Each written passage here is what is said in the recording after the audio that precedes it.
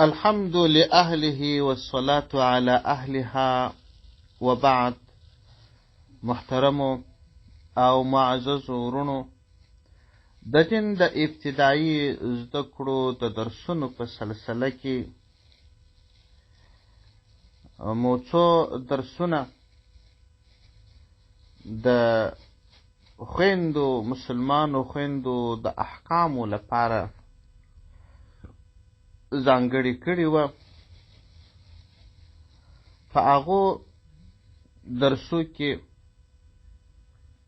نن بیا څو مسائل بیانوو. په هغو مسلو کې یوه مسله چې د سر د ویښتانو د کوچني کولو، چې د مخ ویښتان وي یا د شا ویښتان وي، د دې ویښتانو د کوچني کولو مسله ده. دا اختلافي مسله ده. ډېرې خویندې په دې ویښتانو پرې کولو عادت دي. ډېرو علماو پر دې فیصله کړې ده چې د سر ویښتان د ښځې دپاره که د مخ وي که د شا وي دا جایز نه دي. دلایل لري. د مذهب کتابو ته حوالې ورکوي. ډېرو علماو بیا د جواز خبره کړې ده په شرطونو باندې. د دې مسلې درې صورته دي.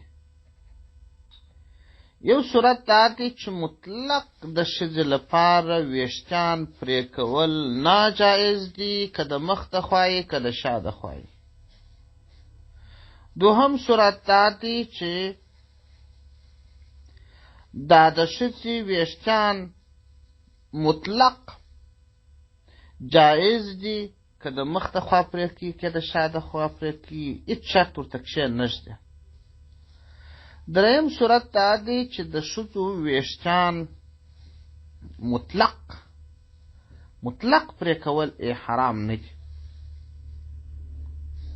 اما په هغه وختو کې ناجایز دي چې شرایط موجود نسی، او د شرایطو په موجودیت باندې د ویښتانو پرې کول جایز دي. درې صورت دي. زما خپله رایه دا ده که څوک احکام تجمیل النساء په دې اړه باندې وګوري، زما خپله رایه دا ده چې یو څوک د ښځو د ویښتانو پر پرې کولو باندې مطلق د حرمت حکم کوي، زما نه ده خوښه. احترام و هغه علماو ته چې هغه دا حکم کوي، احترام د هغو تحقیق ته، ځکه هغوی هم کتابو ته حوالې ورکوي، هغوی هم مقلدین دي، او هغه کسان چې هغه په شرایطو اجازه ورکوي هغوی هم کتابو ته حوالې ورکوي، هغوی ته هم احترام. زما خپله رایه دا ده که چیرې د ښځو د ویښتانو د پرې کولو د مخ یا د شا مسله سي، نو که چیرې تشبیه د کفارو سره نه راتلل، تشبیه د فساق و فجارو سره نه راتلل، د ویښتانو یو ډول دا د فاسقانو خاص منشور نه و، د کافرانو یو خاص فیشن نه و، او همدا ډول که ښځې ویښتان پرې کړي د نارینهو سره تشبیه نه راتلل، نو په دغه درو شرطونو باندې د ښځو دپاره ویښتان پرې کول جایز دي. ځکه چې مطلق منع په روایاتو کې قطعا یو روایت نشته چې پیغمبر علیه السلام حکم کړی چې تاسې ویښتان و. د علماو تحقیقات سته، اقوال سته، ما د ټول چې هغو ته په احترام. خو دغسې یو قول به هم پیدا نسي چې یو څوک وایي چې تشبیه د فساق و فجارو سره نه راځي، د نارینهو سره نه راځي، بیا هم ناجایز دي. داسې جزیه به هم نه وي انشاءالله. او هغه چې دی هغه په هغه صورت کې دی شي چې د فساق و فجارو یا نارینهو سره راځي. مثلا د نارینهو ویښتان د شا ویښتان غټول د غوږو تر څوکو او همدا ډول تر اوږو راغلي دي. نو که چیرې ښځه د شا ویښتان تر اوږو پورې یا تر اوږو ډېر کوچني کې نارینهو سره تشبیه ده. یو مثال. یا د نارینهو مردانهیي موډونه د کفارو ښځې کوي یا د فساقو د ښځو د خوا څخه دا کار کېږي او مسلمانانې ښځې وکړي، دا نه دی جایز. حاصل خلاصه دا چې 3 صورته د ښځو د ویښتانو په اړه باندې 3 قوله شته. بدون شرط ناجایز دي، بدون شرط جایز دي، پرې کول یې په شرطونو جایز دي. نو زما رایه دا ده چې پرې کول یې په شرطونو جایز دي. دا یوه مسله شوه.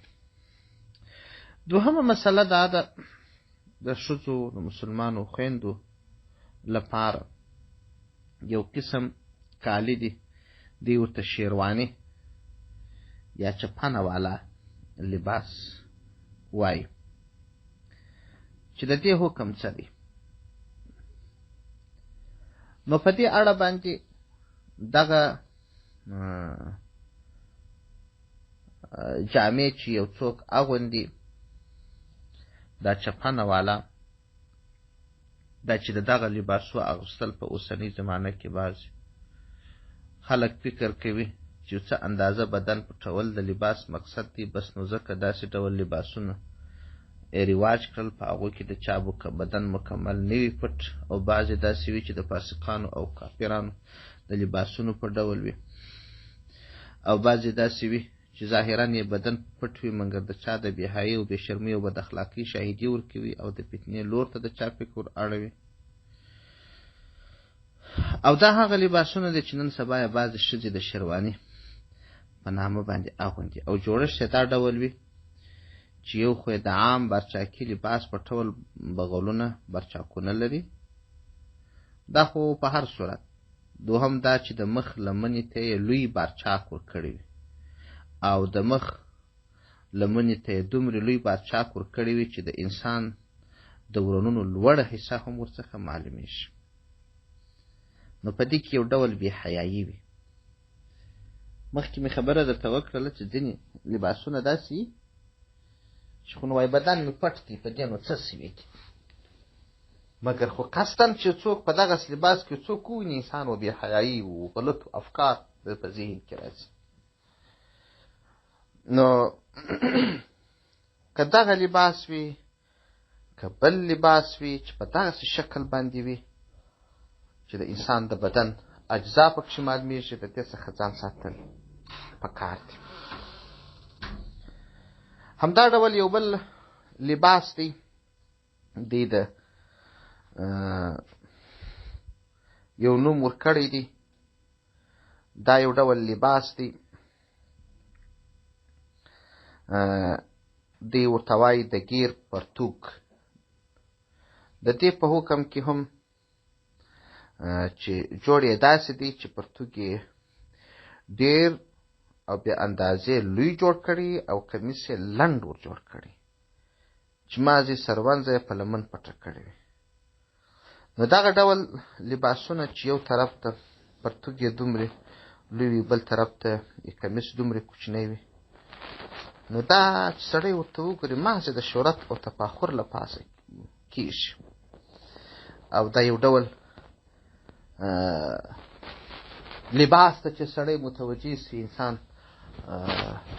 و بې حیایي یا د کفارو سره په یو ډول تشبیه کې انسان ښکاره کوي، نو اغوستل یې مناسب نه دي، ځان ځینې ساتل پکار دي. والسلام علیکم ورحمة الله وبرکاته.